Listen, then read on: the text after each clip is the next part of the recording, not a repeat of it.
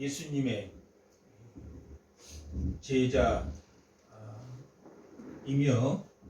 또한 예수님에게 복음의 가르침을 받은 자에게 또 복음을 가르침을 받은 마가 같은 경우나 누가 같은 경우는 예수님의 가르침을 받은 또한 제자들로부터 또 예수님에 대해서 알게 되었던 것을 기록해 놓고 있습니다. 사복음서는 각각 예수님을 바라보는 시각이 동서남북에서 바라보면 사람이 뒤에서 보고 앞에서 보고 옆에서 보고 하면 다 그 모습이 다르듯이 중요한 초점을 가지고 있습니다.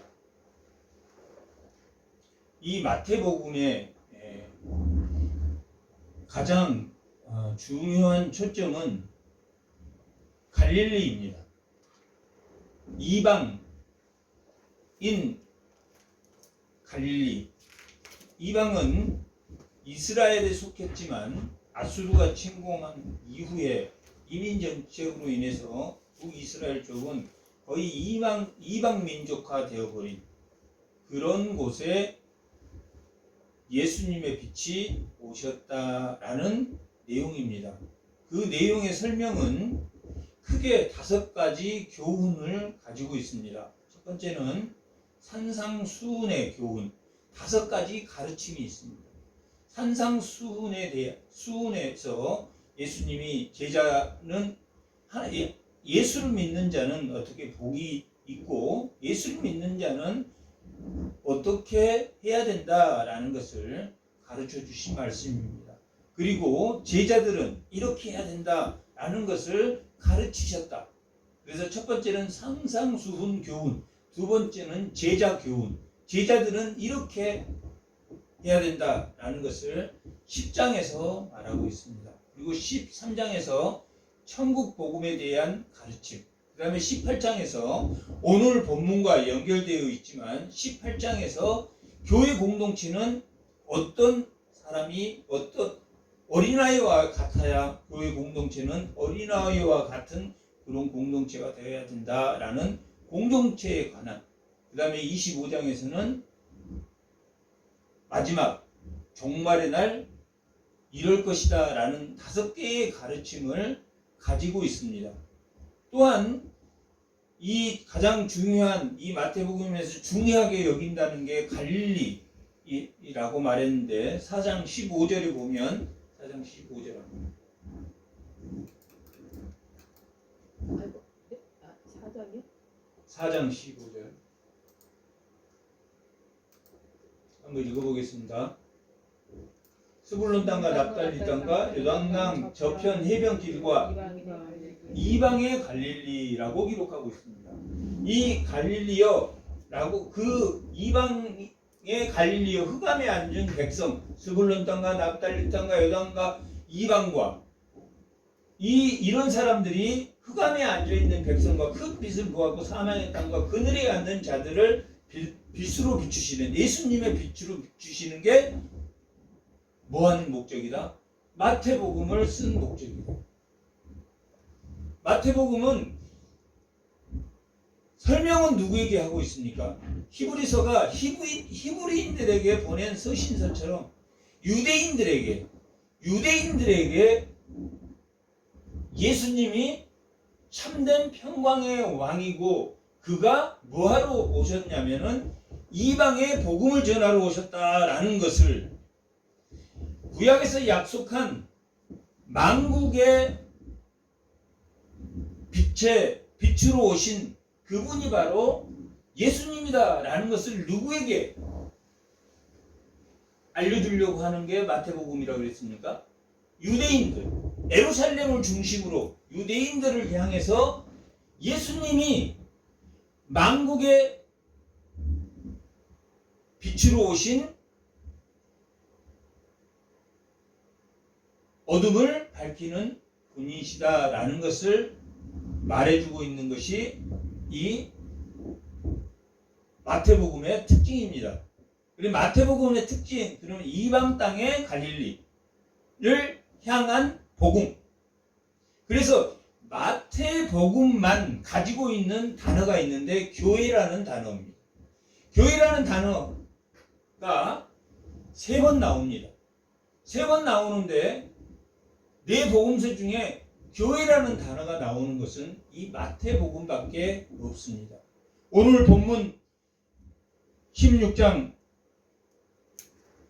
18절에 교회라는 단어가 나오고 18장 17절에 2번 교회라는 단어가 나오게 됩니다. 이렇게 우리가 이 마태복음 하면 유대인에게 구약의 구약의 성취로 오신 분이 예수님이다 라는 가르침의 목적에는 뭐가 목적이다? 교회를 세우는, 이방 모든 민족의 교회를 세우는 데 이 마태복음에 초점이 있다고 할 수 있습니다. 그러니까 마태복음은 이 교회를 세우는데 어떤 것으로 이 교회가 세워진다라고 설명하고 있냐면 전파와 가르침이다. 전파와 가르침이다. 그 마태복음은 이 예수님이 오시는 뭘 중심으로, 마가복음은 복음의 시작으로 보고 있냐면 행하는 그분이 누구다? 하나님의 아들이다. 마태복음은 이방의 선교를 위한 교회를 세우는 그 목적이 마태복음이라며, 마가복음은 이적을 행하신 그분이 누구다? 하나님의 아들이다라는 것을 초점을 두고 있습니다. 이 마가복음은 주로 로마를 중심으로 해서 베드로의 사역과 베드로의 가르침으로 마가가 베드로의 복음서라고 할 수 있는 이 마가복음을 기록했는데, 이 로마인들에게 전통이나 구약의 어떤 거나 이런 모든 설명보다는, 가르침보다는 뭐가? 행함이, 예수님의 행함을 위주로 복음의 시작으로, 그리고 이방인들이 봤을 때 저분이 하나님이시구나, 하나님이 이런 이적을 행하셨는데 그분의 아들이 예수님이다 라는 것을 알게 하기 위해서 마가복음을 기록했습니다. 마태복음은 5가지 광화를 통해서 교회를 세우셨다라는 게 마태복음이라면, 마태복음은 가르침을 위주로 했다면, 마가복음은 뭐를? 행함. 그 행함이 누구의 아들이다라는 것을 증거하는 표적이다. 하나님의 아들이라는 것을 표적을 마가복음. 누가복음은 로마의 왕의 이름이 많이 나옵니다. 아우구스, 그 다음에 티베리우스, 글라우디우스, 그 다음에 네로까지 사도행전 28장에 나오는 그 왕에게 가서 재판을 받겠다고 하는 그 왕이 네로입니다. 이 누가복음은 세상의 왕과 예수님을 병행해서 역사 속에 예수님이 참 무슨 왕이다? 참 왕이다 라는 것을 보여주는 게 누가복음입니다. 그러니까 누가복음은, 마태복음은 교회를 세우기 위한 가르침, 마가복음은 행함을 드러낸 순환의 종을 통해서 하나님의 아들이며 그 이적을 통해서 하나님의 아들인 것을 보여주고 있다면, 누가복음은 역사의 왕들과 병행해서 기록하면서 참 인자로 오신, 인간의 역사 속에 참으로 구속사이신 예수 그리스도가 메시아가 왕되는 그 왕을 그려나가는 게 누가복음입니다. 그러면 요한복음은 뭡니까? 요한복음은 예수님이 하나님의 뭐다? 본체가 아니라 하나님의 본체시다. 그게 포인트입니다. 그래서 당시 영지주의자들이 이 요한복음을 좋아했습니다. 이단들이 요한복음을 좋아하는 게 하나님의 본체시다. 그걸 이용해서 영은 깨끗하고 육은 부족하다라는 그 말씀을 애곡하는데 사용되기도 했습니다. 그래서 이 네고는 다 그 내용이 예수님은 하나님의 본체시다. 예수님은 구속사의 역사의 주인이시다. 예수님은 하나님의 아들이시다. 예수님은 교회의 복음을 위한 이방 복음을 위한 참 빛으로 오신 분이다 라는 것이 마태복음이다 라고 했습니다. 이렇게 각 복음서는 그 특징을 알고 마태복음은 이방인들에게 기록한 복음서 이 유대인들에게 유대인을 중심으로 그들에게 예수님이 참 빛으로 오신 분이다. 참 빛으로 오셨는데 그 빛은 유대인뿐만 아니라 누구도 비추고 있다.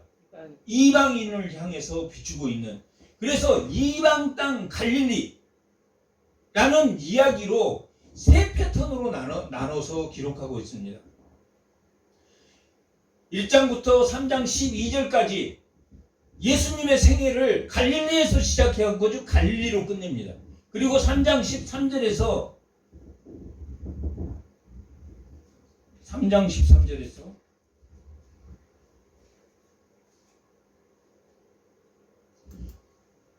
19장 1절, 19장 1절까지, 18장 마지막까지, 3장 13절부터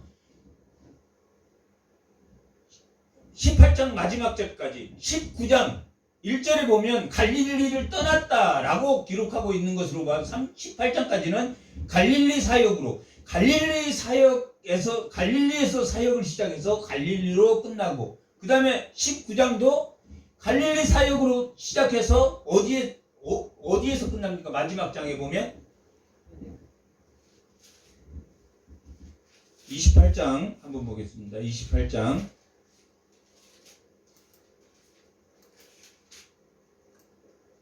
16절 11 제자가 갈릴리에 가서, 그러니까 갈릴리에서 예수님이 지시하는 산에 이르러 갈릴리로 마지막 끝납니다. 그러니까 갈릴리에서 시작해서 갈릴리로 돌아와 예수님의 생애가 갈릴리 나사렛에서 돌아온, 애굽에서 돌아온 사건까지 3장 12절, 그 다음에 3장 13절에서 18장 마지막 절까지 갈릴리에서 사역해서 갈릴리의 사역을 마치고, 19장에서 갈릴리 사역에서 마지막 갈릴리 사역으로 끝나는 그러한 패턴으로 갈릴리 사역이 중요한 이유가 뭡니까? 지금 갈릴리 사역이 중요한 이유가 예수님을 뭐라고도 말하냐면 갈릴리의 선지자다라고 예수님을 말하기도 합니다. 그가 누구냐라고 말했을 때 그는 갈릴리의 선지자다라는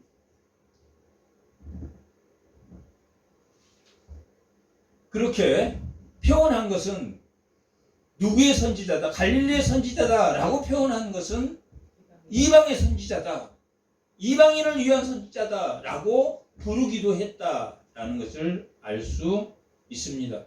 왜 우리가 지금 갈릴리나 사마리아 이쪽을 이방이라고 표현을 하냐면, 이스라엘이 멸망하고 400년 동안 거의 그쪽은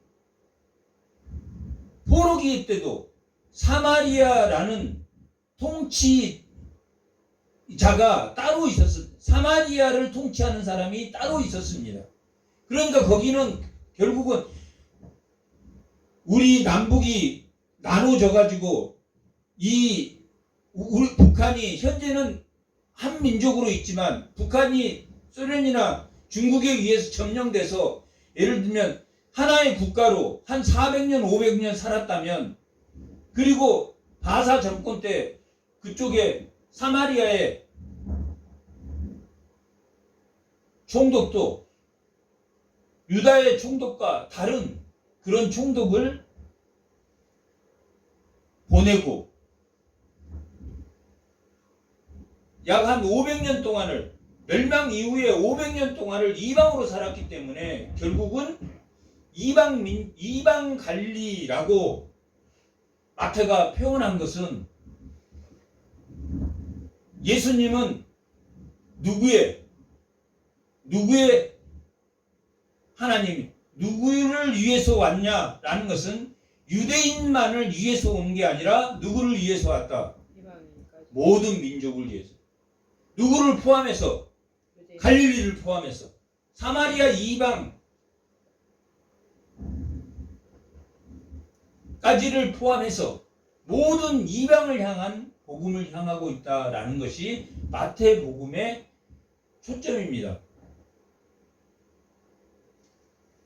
그런 관점에서 오늘 말씀의 제목이 교회를 세우리라 라는 것이 마태가 마태복음을 통해서 5가지 가르침을 통해서 알리고자 했던 복음서가 마태복음입니다. 그러니까 이 모든 초점이 어디에 맞춰졌다라고 볼 수 있냐면 교회에 맞춰졌다라고 볼 수 있는 복음서입니다. 오늘 본문을 보면 15절, 13절 한번 읽어보겠습니다.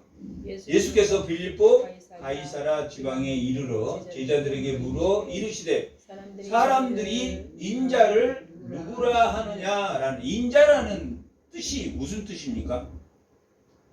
인자라는 뜻은 2가지 뜻을 다 포함하고 있습니다. 사람이라는 뜻, 인자는 문자대로 하면 사람이다 라는 말입니다. 그런데 예수님을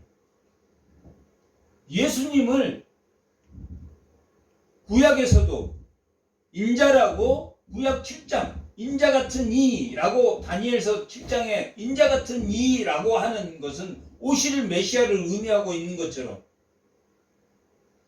메시아가 어떻게 온다, 인간의 몸으로 오신다라는 표현을 쓸 때도 인자라는 단어를 씁니다. 에레미야가 자신을 인자다라고 표현한 사람이란 의미를 가지고 있기도 하지만, 신약에서는 대부분 인자는 다 예수님을 예표하는 의미로 사용되고, 구약에서는 사람의 의미로도 사용하고, 무슨 의미로도 사용하고 있다고 했습니까? 예수님을, 육신의 몸을 입고 오실 하나님을 인자라고 표현한 그런.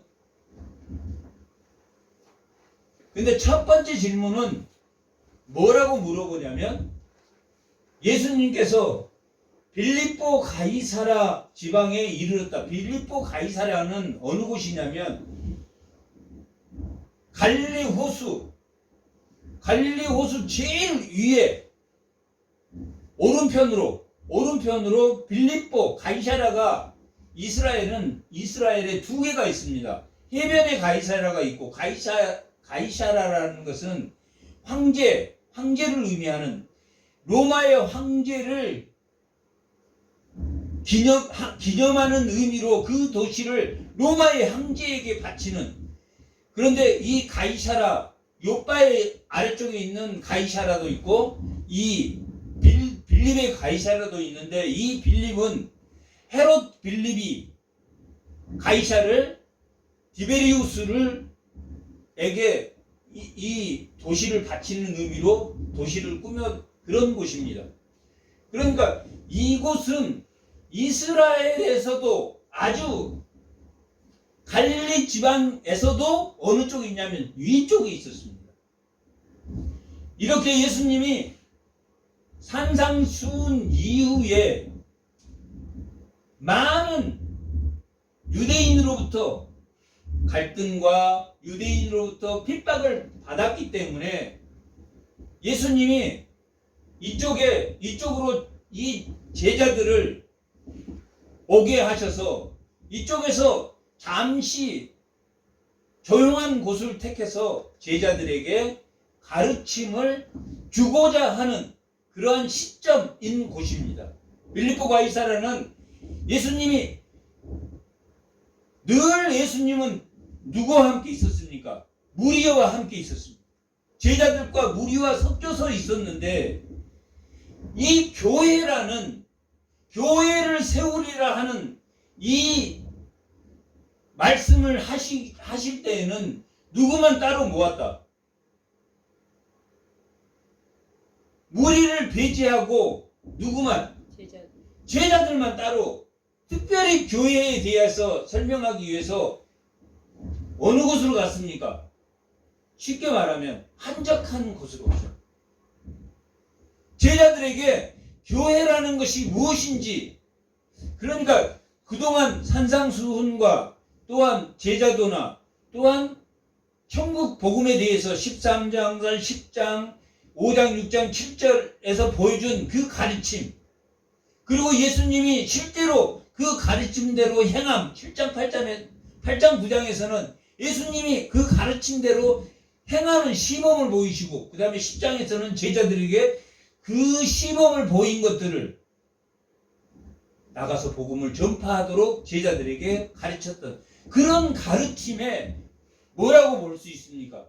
결정판이라고 볼 수 있습니다. 단순히 빌립보 가이사 그냥 한적한 곳에 제자들 모아놓고 하는 게 아니라 뭘 기점으로, 그동안은 뭘 기점으로 했다면 예수님의 생애 동안에 복음을 전파해야 된다는 그런 가르침이 중요한 포인트였다면 16장 21절부터는 뭐가 시작되냐면 오늘 본문이 끝나는 그 다음 절부터는 뭐가 시작되냐면 예수님의 순환이 시작됩니다. 예수님의 순환의 시작점이 오늘 본문 20장 그 다음 절인 21장에서부터 예수님의 순환을 고지하고 있는데, 그 순환의 시작점으로 볼 때 이 가이사랴 빌립보에서는 가르침의 무슨 판이라고 할 수 있습니까? 결정판이라고 할 수 있습니다. 교회를 세우리라 하는 것은 예수님이 산상수훈과 제자도와 그 다음에 예수님의 행함과 또한 천국 복음과 그 다음에 세례 요한을 죽이는 14장에서는 세상의 왕은 누구를 죽였냐면 세례 요한을 죽이는 사건이 나옵니다. 뭘 위해서? 자기 욕정을 위해서. 헤롯 빌립, 자기 이종 사촌, 배가 다른 형제인 그 헤롯의 부인인 헤로디아라는 그 부인을 이 안티파스가 취해서 자기 부인으로 삼은 것을 세례 요한이 그건 사람도 아니다 라고 했을 때 죽인 사건이 나옵니다. 이 오늘 본문 교회를 세우리라 이전에 14장에 세례 요한에 대해서 나오고, 예수님이 하는 일은 무슨 일을 합니까? 살리는 일을 한다.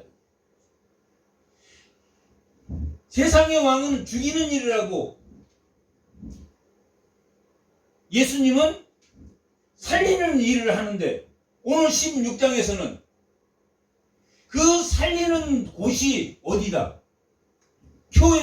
교회다라는 것을. 근데 오늘 이 살리는 일이 이 살리는 일을 맡은 것이 교회인데,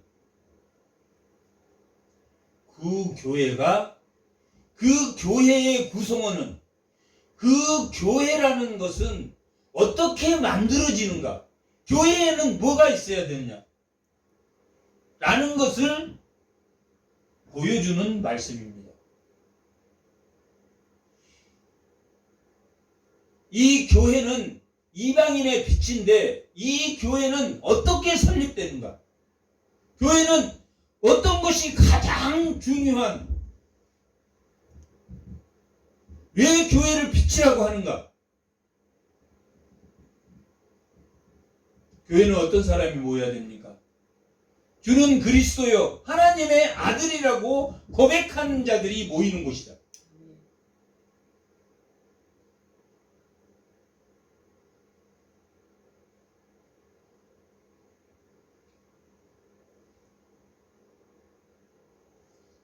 그런데 그 고백을, 그렇게 고백하는 그 고백을 하나님이 알게 해주셨다, 아니면 자기가 지식으로 알게 되었다? 하나님이 알게 하시는 이 오늘 본문에 나와 있습니다. 주님이라고 고백하는 그 고백을 누가 알게 하셨다? 하나님이 알게 하셨다. 교회의 뿌리는, 교회의 반석은 뭐냐면 신앙 고백과 하나님의 계시가 있는 곳, 하나님의 말씀이 있는 곳이다.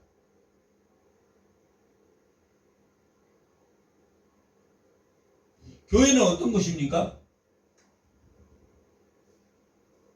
주님이라고 고백하는 자들이 모이는 곳이란 말이에요. 근데 그 주님인 것을 알게 해주시는 주가 누구라는 이야기입니까? 하나님이시다. 그래서 오늘 16장 이 신앙 고백이 결정판이라 라고 하는 것은 교회 안에 들어왔어. 교회 안에 하나님을 고백했어. 그런데 자기 지식으로는 하나님을 주라고 고백할 수 없어. 세상의 지식으로는 하나님을 주라고는 고백 못해.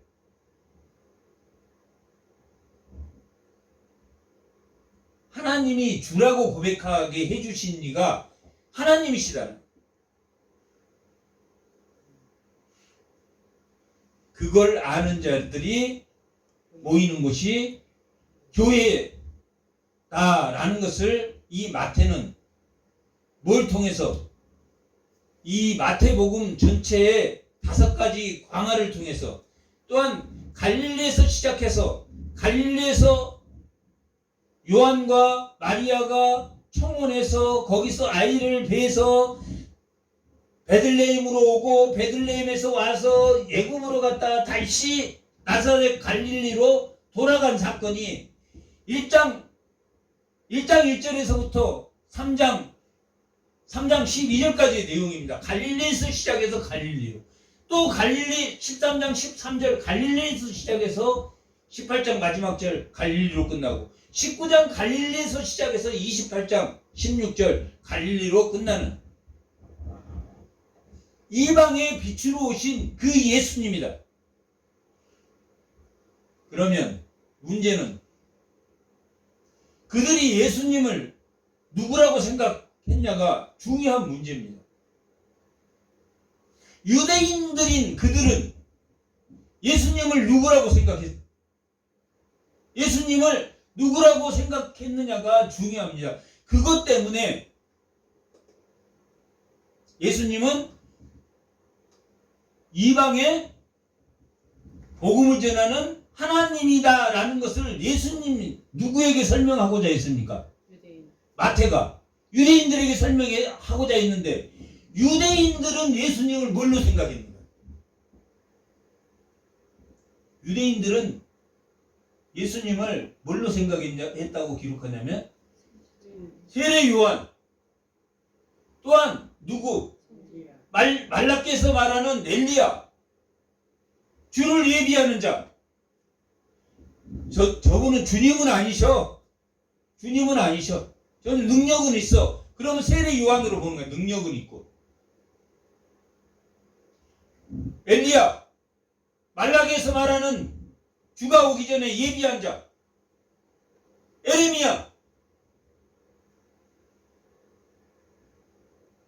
에레미야는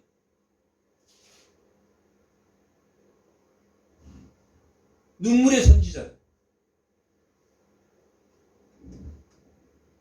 에레미야 같은 또한 그 선지자 중에 하나일 것이다 라는 것은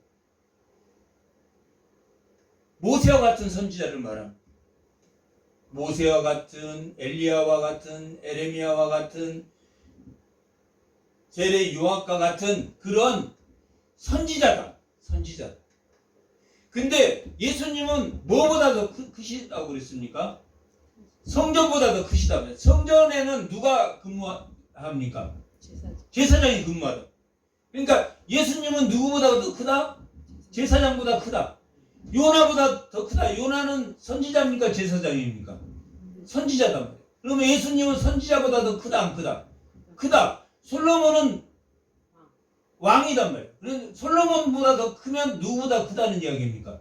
왕보다 더 크신 분이에요. 기름 부은 삼중직을 가지고 있는 예수님을 유대인들은 뭘로 생각하고 있습니까, 지금? 제사장, 훌륭한 제사장 아니면 훌륭한 선지자, 아니면 능력이 있는 세례 요한 정도로 생각하고 있다. 근데 이 마태복음에서 밝히고 이 삼중직을 다 말하는 것은 마태복음밖에 없습니다. 마가복음은 성전보다 더 크신 분만 말하시고, 그 다음에 요나보다 크신 분, 그 다음에 솔로몬 왕보다 크신 분이라고 말하는 것은 누가복음입니다. 마가복음은 하나만 기록하고 누가복음은 둘만 기록했지만, 이 마태복음은 예수님이 어떤 분이라는 걸 강조하고 싶은 겁니까, 지금? 이방의 빛으로 오신 분이다. 이방의 빛으로 오신 분이 예수님이다. 그러면 유대인들에게 뭘 말하고 싶었겠습니까? 너희가 생각하는 그 예수님은 아니야 라는 것을 지금 이 마태는 누구에게? 유대인들에게 알려. 너희가 생각하는 그런 정치적인 왕, 너희들이 생각하는 훌륭한 선지자, 사람인 훌륭한 선지자가 아니라 음부의 권세를 꺾는, 천국의 열쇠를 쥐어쥐는 교회의 권세로 세워질 그런 분이야 라고 지금 누구에게 설명하고 있습니까? 유대인들을 향해서 설명. 유대인과 이방인을 향해서 그런 교회가 세워진다는 것을 지금 누구에게 알려주고 싶은 겁니까? 제자들에게 한적한 곳에서 어떤 논쟁을 통하는 게 아니라 마지막으로 자기 순환을 고지한 이때부터 21장에서 21절에서 이때부터 예수님이 자기 순환에 대해서 고지하였다라고 기록하고 있는 그 바로 앞에 뭘 알려주고 싶었냐면, 내가 가르치고 전파하고 이런 것들이 뭘 세우기 위해서? 교회를 세우기 위한 것이다 라는 것을 예수님이 누구에게 가르쳐주고 싶었습니까? 제자들에게 가르쳐줬다. 그런데 김남희 지사님한테 제가 이렇게 해서 신앙 고백을 해야지 교인이 되는 것입니다. 이래서 김남희 지사님 신앙 고백으로 교회에 옵니까? 하나님을 내가 만나서 그것 때문에 교회에 온 겁니까? 하나님을 만나서 오기 때문에. 사람을 보고 오는 게 아니라. 그런데 이 교회에는 뭐가 꼭 필요합니까? 말씀을 알게 하시는 게 가장 중요한 것입니다. 말씀을 거짓으로 가르친다면 그 교회라고 할 수 있습니까? 없습니까? 할 수 없다. 풀베고 농사도 중요하지. 네 농촌에 와서 그 텃밭 가꾸는 것도 중요하지만 제일 중요한 게 뭡니까? 말씀을 많이 보는 게 제일 중요한 거.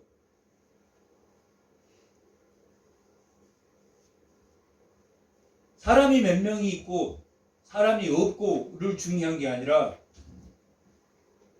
알게 하시는 이가 목사입니까? 하나님입니까? 하나님. 하나님은 자기의 계시를 뭘로 하냐면 성경으로 하고, 교회를 세울 때는 그 말씀을 누구로부터 계시를 알게 하도록 하셨습니다. 설교를 통해서 알게 하셨다고. 어떤 특정한 목사의 설교가 아닌 하나님의 말씀을 유기적 영감으로 사람마다 다 조금씩, 그 사람은, 어떤 사람은 글을 쓰는 사람은 글 문체를, 어떤 사람은 따라서 그 설교를 통해서 하나님의 계시를 알게 했다. 그러니까 그 계시를 알게 하는 그 하나님의 말씀이 엄청 중요합니까? 중요하지 않습니까? 너무나 중요하단 말이에요. 너무나 중요해.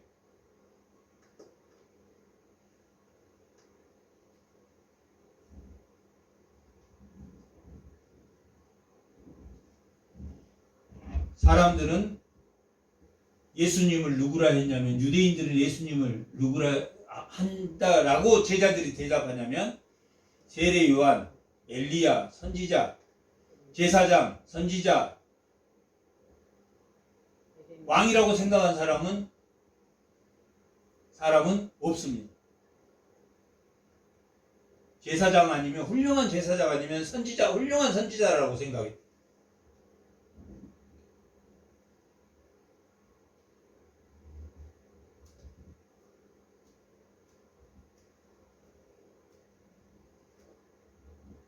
그러면 예수님이 물어봅니다. 유대인들은 그렇게 생각하는데 제자들, 너희들은 나를 누구라고 생각하느냐라고 물어봤습니다. 너는 나를 누구라고 생각하냐라고 말하니까 제자 12명이 동시에, 이건 베드로의 대답이지만 베드로가 항상 대표를 해서 대답을 해왔습니다.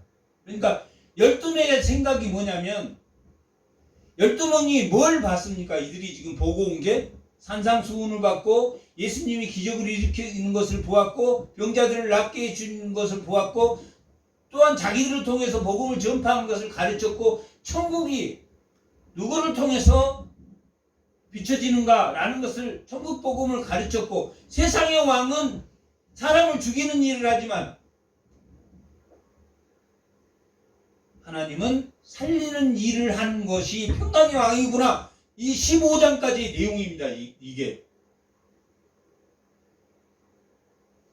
그래서 16장에서 그들이 예수님을 겪어보니까 예수님은 그리스도입니다. 메시아입니다. 메시아 속에는 뭐가 포함되어 있습니다. 구약에는 이 메시아라는 말은 기름 부은 자라는 이야기입니다. 근데 세울 때 기름 부어서 세우는 사람이 구약 때는 세 사람이 있었습니다. 누구였습니까? 제사장, 선지자, 왕.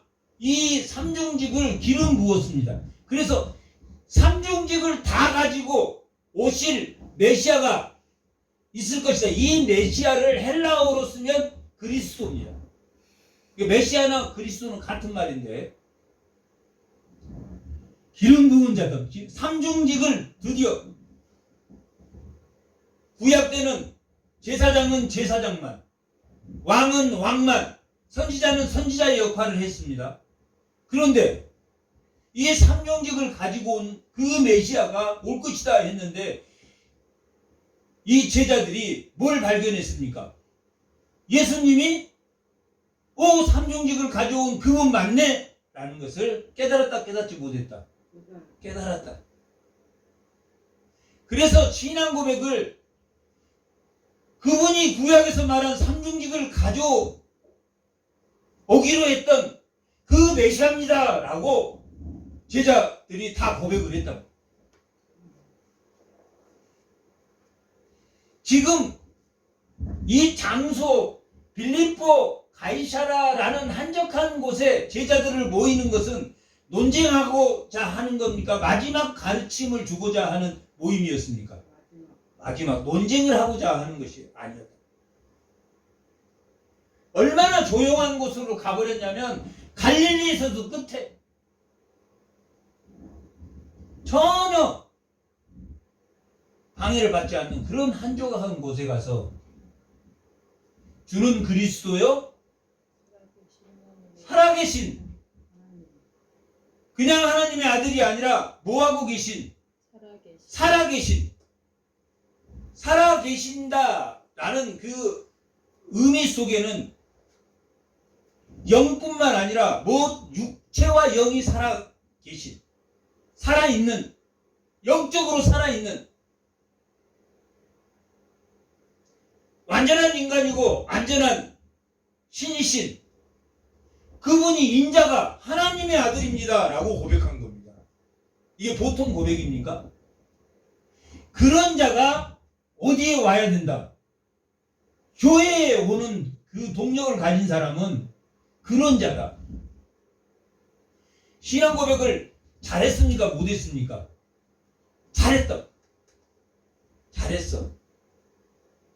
우리가 성도가 교회에 들어오면 주님이 주인이라고 고백한 그 이후에는 하나님을 대적하는 행동을 안 합니까?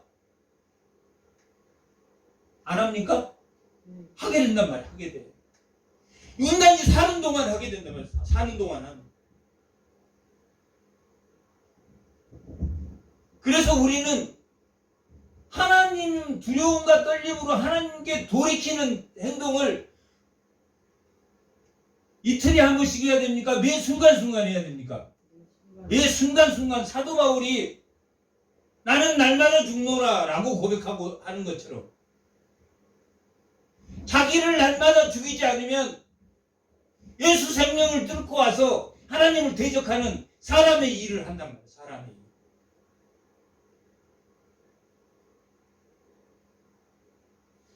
유대인들은 예수님을 훌륭한 선지자 정도로 봤지만 제자들은 주님으로 고백했습니다.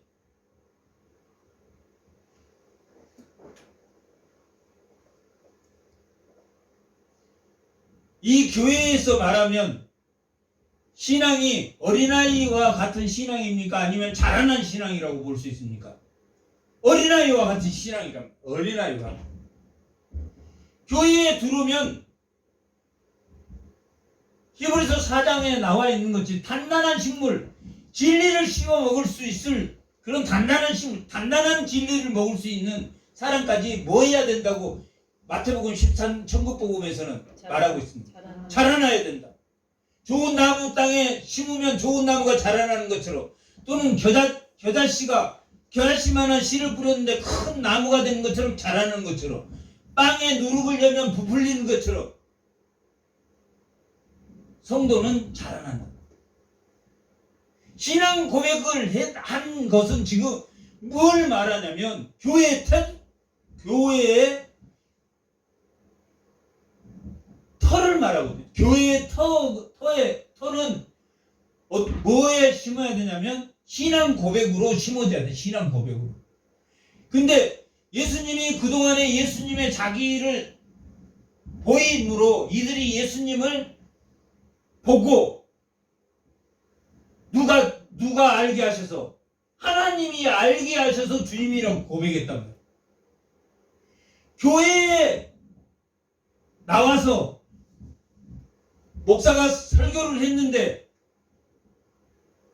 그 설교 말씀을 듣고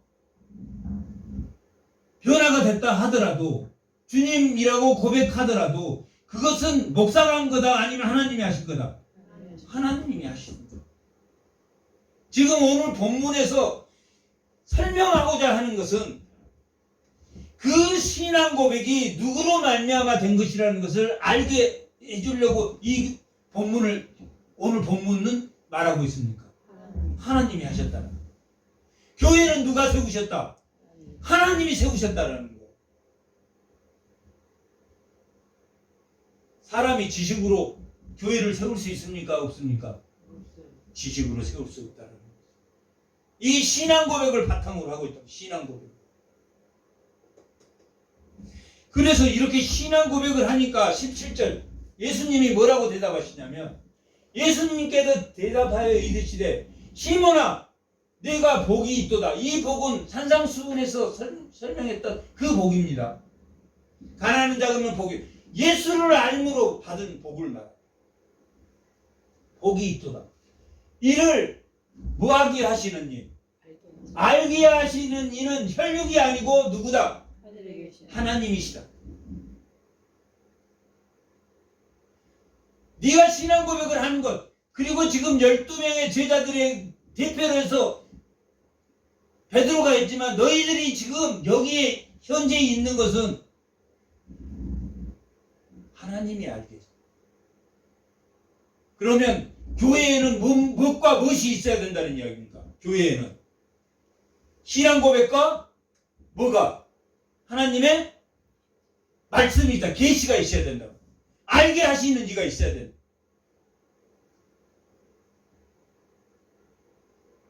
교회에는 무엇과 무엇이 있어야 된다고요?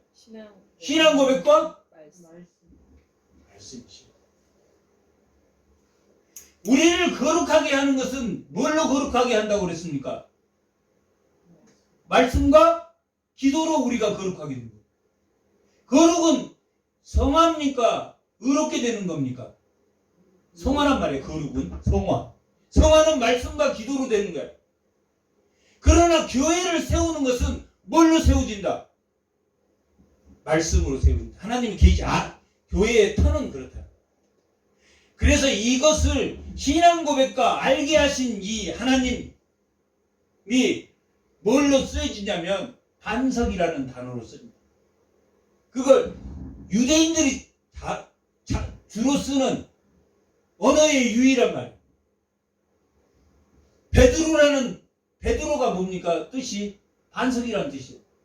근데 이 반석에 교회가 세워지리란 이 반석은 뭘 말합니까 지금? 신앙 고백과 알게 하시니. 그러니까 예수님이 제일 처음에 너를 시몬이라 하지 말고 베드로라 해라. 베드로라고 해라.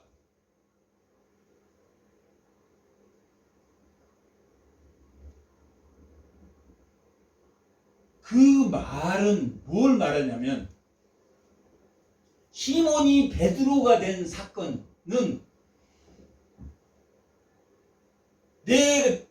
이 반석이라는 뜻이 베드로란 개발하는 의미를 가지고 있기 때문에 너희가 드디어 신앙 고백과 하나님의 알게 하심으로 교회의 구성원이 됐다는 뜻이에요. 베드로라는 터 위에 교회를 세운 게 아니라 베드로라는 사람이 교회를 세우는 그 언어의 유의 내가 베드로인데 이 반석에 뭘로 내가 들어왔다? 교인으로 개발하라 해라 했을 때 너는 언제가는 교회의 구성원이 될 것이다. 교회의 구성원이 될 것이란 말은 뭐가 있어야 된다는 이야기입니까? 신앙 고백과 말씀을 계시. 이해됐죠? 그러면 베드로란 이름이 성취된 사건입니다. 베드로 위에 교회를 지은 게 아니라 이 반석은 뭘 의미하냐면 신앙 고백과 하나님의 계시로 지어지는 교회를 의미합니다. 교회를. 이 반석은 어디 위에 지어야 됩니까? 반석 위에 지어야 돼. 왜 반석 위에 지으라고 마태복음 7장에서는 기록하고 있습니까? 비가 오고 창수가 나면, 창수라는 것은 큰 강을 말합니다. 큰 강이 범람해서 넘칠지라도 바람이 불지라도 어디에 지어야 된다는 이야기입니까? 신앙 고백과 말씀의 터 위에 지어져야 되는 교회는. 베드로 내 이름이 성취된 그 역사를 베드로가 드디어 뭘 했다는 이야기입니까? 이 반석 위에 교회를 세우라 하는 것은 베드로가 뭘 했습니까? 하나님이 알게 하셔서 뭘 했습니까? 신앙 고백을 함으로 뭐의 구성원이 되었다는 이야기입니까? 교회의 구성원이 되었다. 왜 이게 중요하냐면 베드로 이후에 교회를 세웠다라고 말하는 사람이 있기 때문에 베드로 그 말 히브리어는 그 언어의 유의가 많습니다. 과일 방주리가 째르이면 그 비슷한 그 단어로 그것을 표현하고 하는 것처럼 이 베드로의 신앙 고백이 또한 그 신앙 주인 것을 알게 해주신 하나님의 터 위에 세워지는 게 교회다라는 것을 누구에게 지금 말해주고 싶었습니까? 제자들에게 말해주고 제자들에게. 그리고 이 21장 16장 21절부터 순환이 고지가 됩니다. 순환. 예수님의 순환이 고지가 되면서 예수님이 고통받는 길로 고난의 길을 가신단 말이에요. 십자가의 길로 가셔. 이 16장 이후에 계속 십자가의 길로 가셔.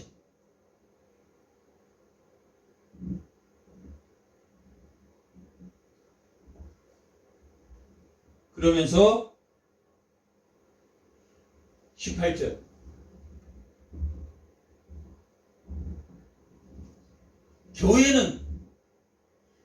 교회는 예수님이 머리이신 그 교회는 예수님이 몸된 그 교회는 예수님이 몸된 교회 하면 뭐와 뭐 두 가지가 생각나야 됩니까? 우리의 신앙 고백으로 그 지체가 되었다는 거예요. 근데 그 신앙 고백을 하게 하신 분이 목사다 아니면 하나님이시다? 하나님이시단 말이에요. 그 바탕하에 우리가 교회의 지체가 되었는데 그 지체 교회가 하는 일이 뭐냐면 또 예수님이 내게 이르노니 너는 베드로라 내가 교회를 세우리니 음부의 권세가 이기지 못하리라. 교회는 음부의 권세가 세상의 지식이 교회를 이길 수 있다 없다? 없다라고 말합니다.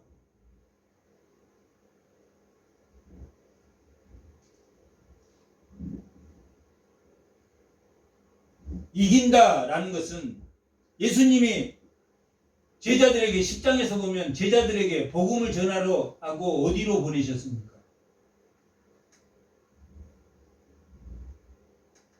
세상으로 보내셨다며 세상으로 보내셨는데 지금 음부의 권세가 이기지 못하리라 라는 말은 뭘 의미하고 있습니까? 세상이 이기지 못하리라 라는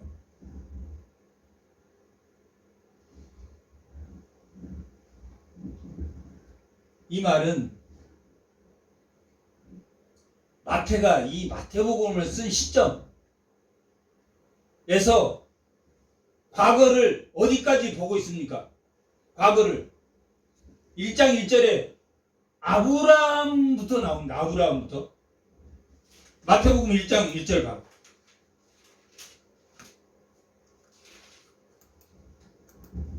뭐라고 나옵니까? 아브라함과 다윗의 자손 그리스도의 계보라라는 마태의 오늘이라는 시점에 어디까지를 거슬러 올라가고 있습니까? 이스라엘 역사를 다 거스르고 있다. 그러면 이 마태의 이 글을 쓴 시점에서 어디까지 기록했을 것 같습니까? 이스라엘 역사에서부터 마태가 이 글을 쓰는 그 시점이 아브라함 때까지 이스라엘 역사를 거슬러 오라고 미래는 언제까지를 메시아까지 세상이 끝날까지 마지막 절 한번 28장 마지막.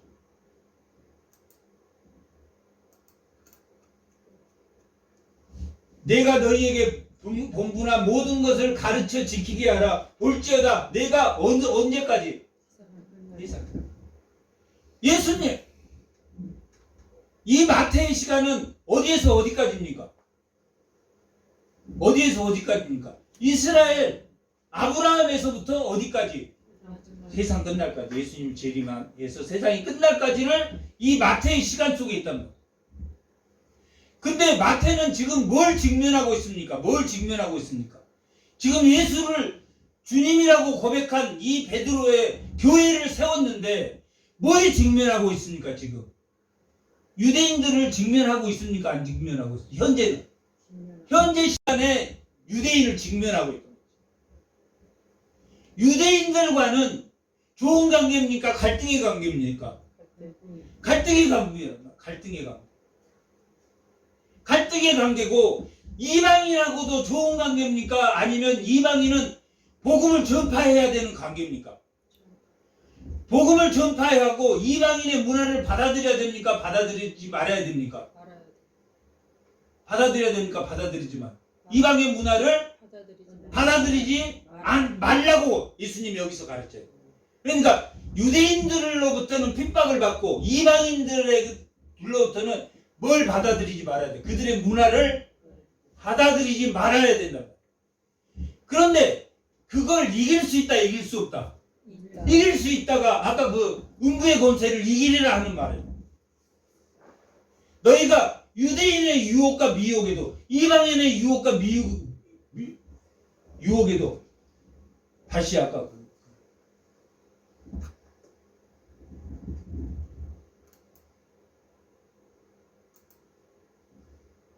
지옥문은 넓습니까? 좁습니까?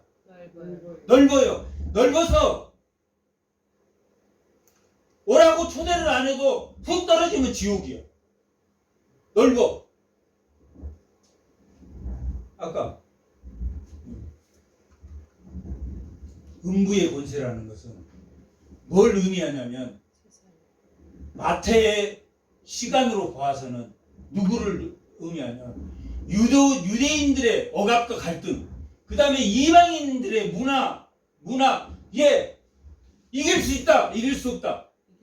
이길 수 있다. 그러면 세상에 들어가라, 들어가지 마라. 들어가라. 들어가서 유대인들의 차별과 억압에도, 이방인의 그 문화에도 굴복하지 마라. 이길 수 있다. 누가 이길 수 있다? 교회가 이길 수 있다라고. 그리고 그 교회는 뭘 가지고 있냐면 천국의 열쇠를 가지고 있다. 천국의. 자, 올려보세요.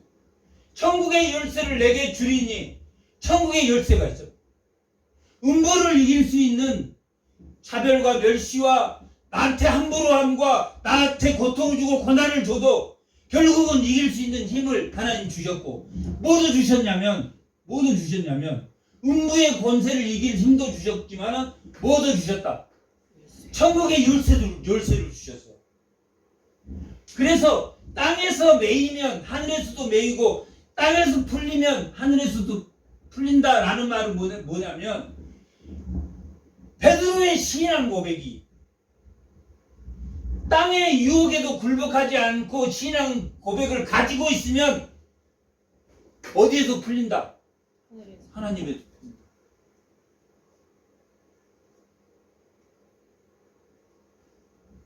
음부의 권세에 넘어가면 땅에서 매인다, 안 매인다? 음부의 권세, 미혹과 유혹에 넘어가면 그때는 달콤했는데 먹고 나면 아이고 내가 괜한 짓을 했네. 그러게 돼. 주는 그리스도요 하나님의 아들이다. 살아계신 하나님의 아들이라는 그 고백이 매이지 않으면, 음부의 권세에 매이지 않으면 하늘에서 풀릴 것이다. 음부의 권세에 지지 말라는 이야기, 지지 말라. 이걸 뭐 이상한 거에 결부시켜갖고 하는데, 이것은 신앙 고백에, 자기의 주님을 만난 신앙 고백에, 그 첫사랑을 빼앗기지 말라. 빼앗기지 말라. 붙들어. 신앙을 붙들어. 20절. 이에 제자들에게 경고하사 그리스도가 자기가 그리스도인 것을 아무에게 알리지 말라고 하셨단 말이야. 말라고. 왜 말라고 했겠습니까? 신앙이 아직 어린아이다, 어린아이 아니다. 어린아이. 헷갈려가면 변하고, 헷갈려가면 마음에 다른 마음을 품고 있으면 변한다. 그걸 딱 보여주는 사건이 베드로가 변한 사건입니다. 속마음이 두통난 거예요. 속마음에 베드로는 주는 그리스도요 살아계신 하나님의 아들이라 라고 해서 내가 교회의 성전이 되었다 라고 예수님이 말해 주었지만 아직 이걸 다른 사람에게 전하지 마라. 너는 아직 그 정도는 안 된다 라고 했을 때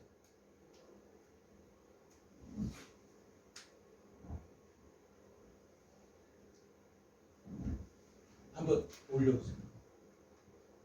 이때로부터 예수 그리스도께서 자기가 예루살렘에 올라가 장로들과 세습관에 많은 고난을 받고 죽임을 당하고 제3일에 살아나갈 것을 제자들에게 비로소 나타냈다.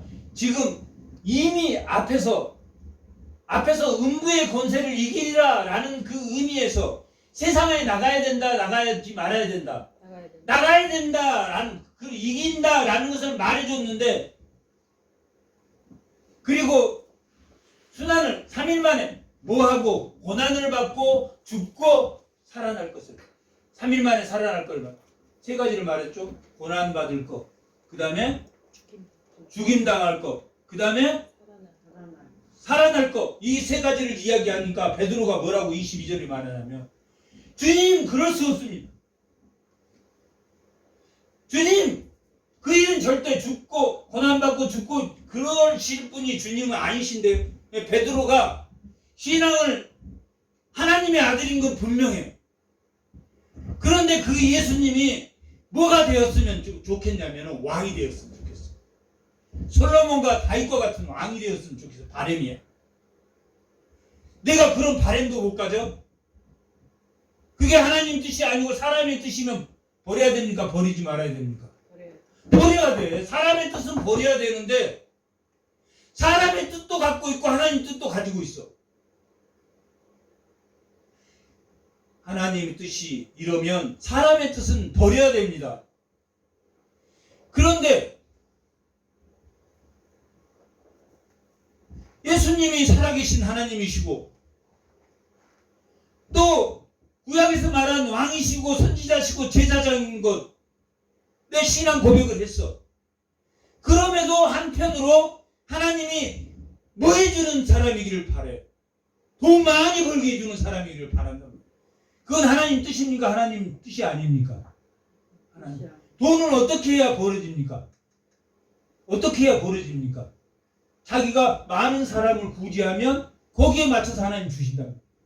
그런데 그냥 자기 잘 먹고 잘 살라고 한편으로 지금 베드로가 그랬다 그랬지 않았다. 그래.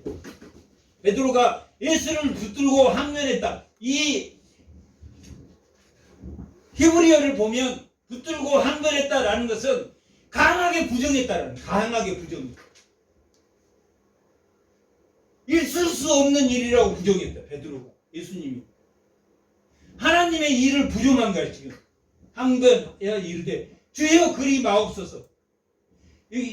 이건 헬라어로 보면 주여 긍휼히 여기시옵소서라는 뜻이야. 긍휼히 여기시옵소서. 하나님이시여 제발 긍휼히 여기서 저 말려주세요. 왜 죽어요? 왜 죽어?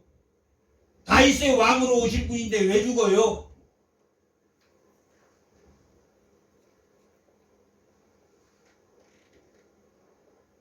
예수님이 왕 되면 내가 이 제자니까 힘께나 권세께나 세상의 권세를 누리겠다 그런 생각을 했다 안 했다? 했다라는 거. 그 두 가지 생각을 가지고 있었다라고 그렇게 말하고 있어요. 이 일은 결코 주에게 미치지 아니하리라. 고난받고 죽고 부활하는 일, 주님에게 이 일은 없을 것이다. 그래서 예수님이 돌이키시며 베드로에게 이르되 사탄아, 나는 속에는 뭐가 들었냐면 이 사람의 일에 몰두한 녀석아 라고 말하고, 너 금방 신앙 고백을 하고도 여전히 육체의 소욕에 묶여있구나 라는 말을 하는 거예요.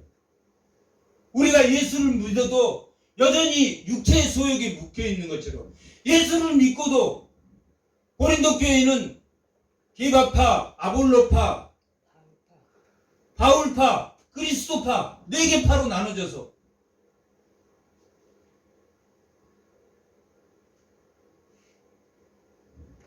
그걸 사도 바울은 2장 마지막 절에 신앙이 약한 자라 라고 말, 너희가 신령한 자가 되도록 신앙이 자라나야 된다 라고 말한 것처럼, 사탄아 라고 부르는 것은 이미 이 베드로 마음속에는 어떤 마음이 있다? 신앙 고백보다 뭐가 더 미혹이 많이 쳐들어왔다?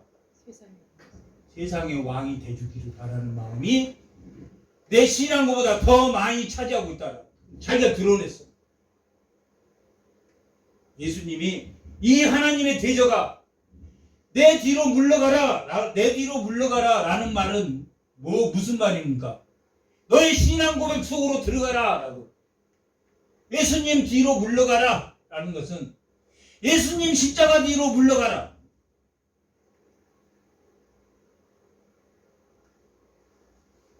미혹과 유혹은 끊임없이 받는다, 받지 않는다? 받는다.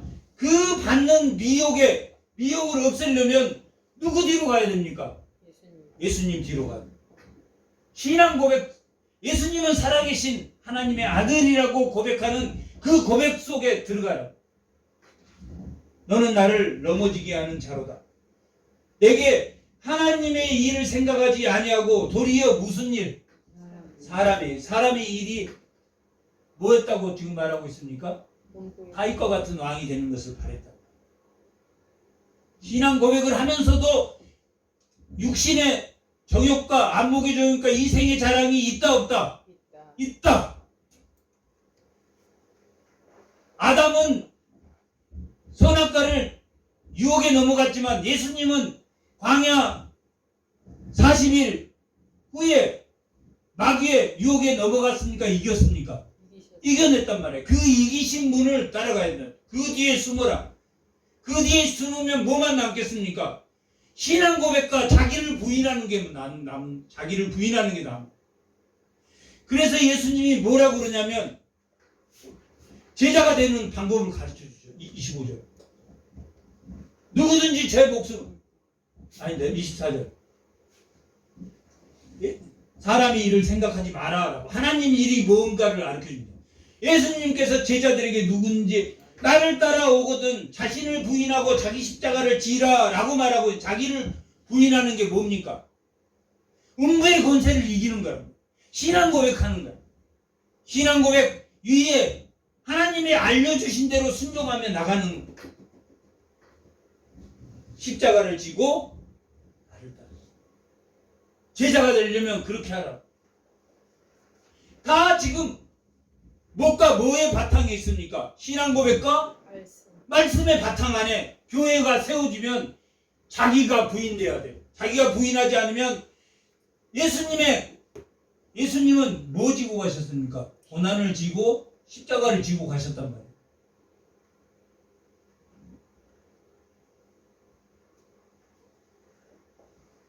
예수를 믿는다는 것은 자기 십자가를 지고 가는 거예요. 뭐가 있습니까? 미혹과 유혹이 있습니까? 없습니까? 수없이 있어요. 수없이.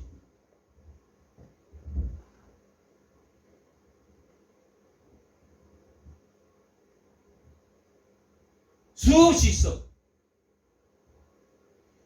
그러나 끝까지 예수님은 끝까지 사랑하셨습니까? 아니면 십자가에 죽기 전에 포기했습니까? 끝까지. 끝까지 사랑하셨습니다. 끝까지 사랑하셨습니다. 그 속에 평강을 찾아야 돼요. 평강을 찾아야 돼요. 왜? 음부의 권세를 이기리라 했으니까. 뭐와 무엇이 이깁니까? 말씀과 신앙 고백이 이긴다고 했으니까. 아멘. 그리고 천국의 열쇠를 쥐고 있는데 그 신앙 고백과 그 말씀의 계시를 알려주는 하나님의 말씀이 부러지면 하늘에서도 매인다고 했습니다. 그리고 실제로 베드로의 마음속에는 예수님이 왕되기를 바랬다. 그래서 예수님이 베드로에게 하나님의 일을 생각하지 않고 사람의 일을 생각하고 네 잘 먹고 잘 사는 것만 생각하고 있다.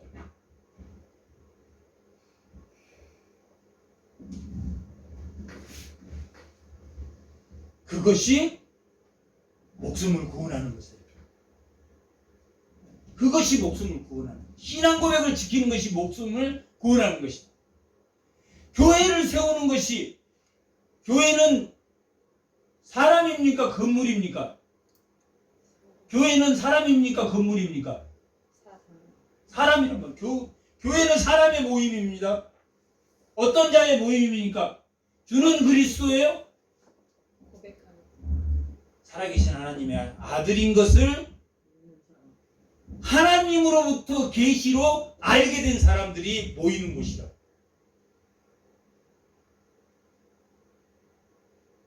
그 목숨, 그 하나님이 주신 그 영적인 생명체는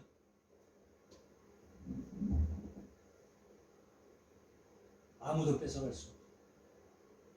자기를 부인하고 예수 그리스도의 생명이신 그 교회의 지체라는 그 자부심과 그 열정과 그 희망으로 미혹과 유혹의 그 음부의 권세, 이방과 유대인들에게 당면했던 그 마태가 음부의 권세를 이기리라 라고 이 복음서에 기록하고 있는 교회를 올곧게 세우는, 끝까지 사랑하신 그 예수님을 바라보며 예수님의 제자로, 주의 성도로 축복받는 삶을 사시기 바랍니다. 아멘. 하나님 은혜에 감사합니다.